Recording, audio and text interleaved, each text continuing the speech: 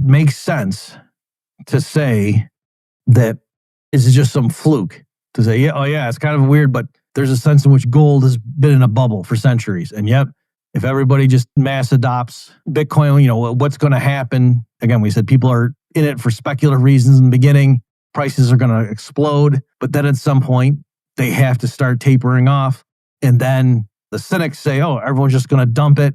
It's going to go back to zero. But I don't think that's what's going to happen.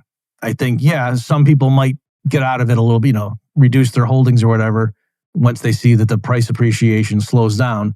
But at that point, Bitcoin will have grown into what the original vision was. That if everybody or just about everybody owns some, well, then now it is the perfect good to settle financial transactions. Okay. And again, if the price is too high in terms of transaction costs, then, it can be the ultimate settlement layer one, and there could be all kinds of things pyramided on top of it that are claims to it. But, whether it's the day-to-day commerce or probably more likely, unless they change the block size, it's like having massive gold bars stored in vaults around the world, and people just claim or trade claims on those bars, and only rarely do people literally take some of the bars out and ship them to a different vault somewhere. That's kind of the analogy a lot of people are using for what they think layer one Bitcoin's going to be in 20 years. Still, I think people around the world are going to own gold bars 20 years from now, even though that's the way it's going to play out.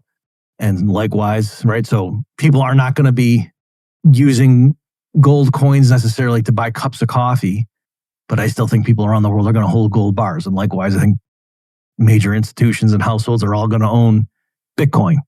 All right. And so that doesn't require constant price appreciation.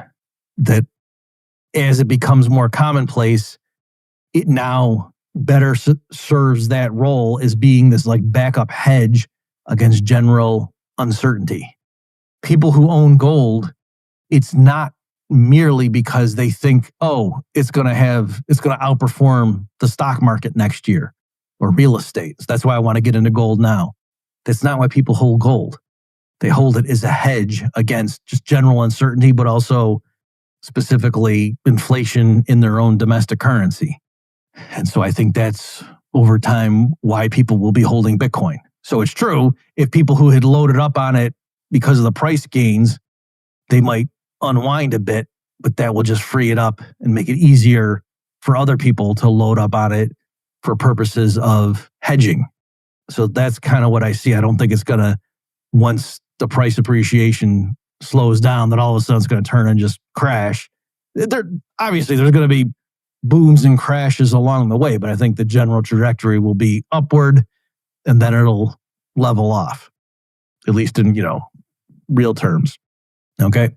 It'll still be appreciating relative if governments are still issuing unbacked fiat currencies, paper money, or at that point, there'll probably be CBDCs. Bitcoin obviously will still appreciate every year forever against them, but it's not because of the massive adoption. Okay.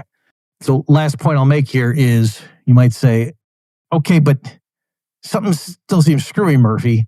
How can it be that, as more and more people are piling into this, and certainly the early adopters, there could be a lot of people 10 years from now who are billionaires or trillionaires just because of them getting into Bitcoin now.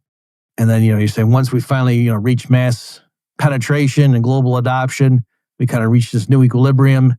How did all those people get fabulously wealthy along the way? Like how does that work? I understand if somebody, like the oil example I gave, and I showed how that benefits humanity, right? If the speculators are correct, they forecast, the global price of oil is going to jump to $200 a barrel.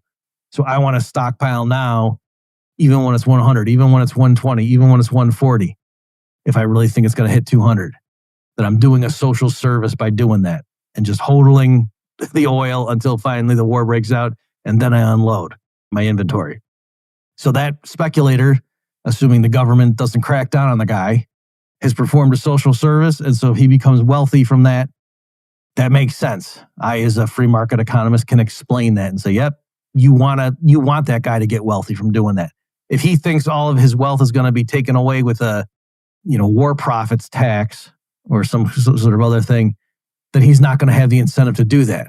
And I just explained why we want people stockpiling oil if they correctly forecast a massive price increase due to the fundamentals, right? So you might say, what social function are the HODLers performing? How does it?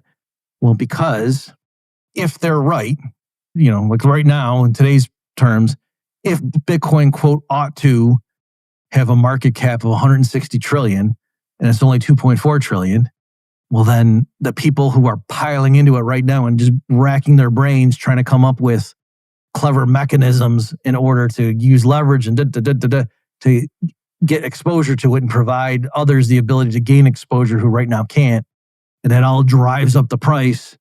They're performing a social service. They're making the price reach where it should be sooner than it otherwise would.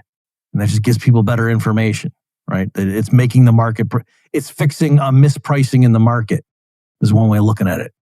And